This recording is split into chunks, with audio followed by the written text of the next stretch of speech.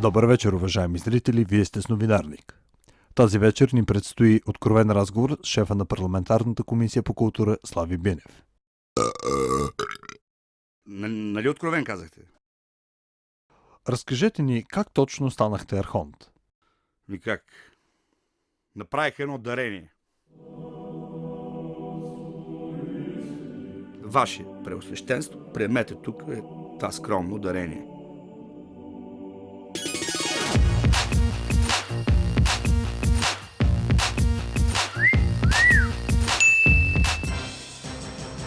Господин Бинев, нека поговорим малко за изкуства. Добре, за кое изкуство? За кючек? За гонене прасе в дискотека? Кажете точно. Не, другите. За театър, например. Любимата ми пиеса е Хамлет. Да бъдеш или не. О, Бедни ми Йорик. добре, какво е отношението ви към литературата? Четох малко от Малкия принц и едно малко епизодче ми направи много силно впечатление. Колко е пусто тук? Няма кой да те напсува. Няма кой те напсува. Лелина, мирижлива, принци си, княз ли си, стара аристократична. Ти в малката планетка принц е нещастен. Какво е отношението ви към киното?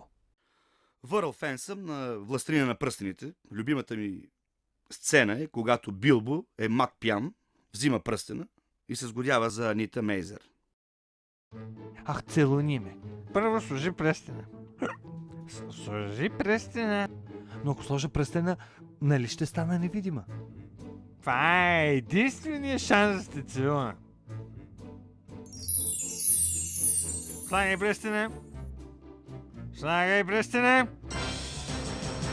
Знам и още за киното. Мога да ви разкажа как умира оня краля на психологическия трилър, режисьора Алфред Хичкок.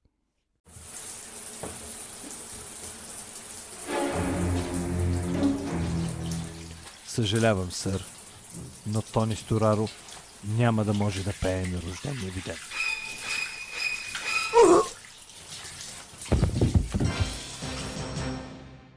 А аз пак казвам, това беше всичко от нас, уважаеми зрители. Ева батка, много яко интервю стана. Пустинята е хубава, защото все някъде крие кладенец. Къде е толкова кладенец, бе? Принца с В намайка ти е кладенеца. Ица леш на футболист. Ей, тая роза ще навръв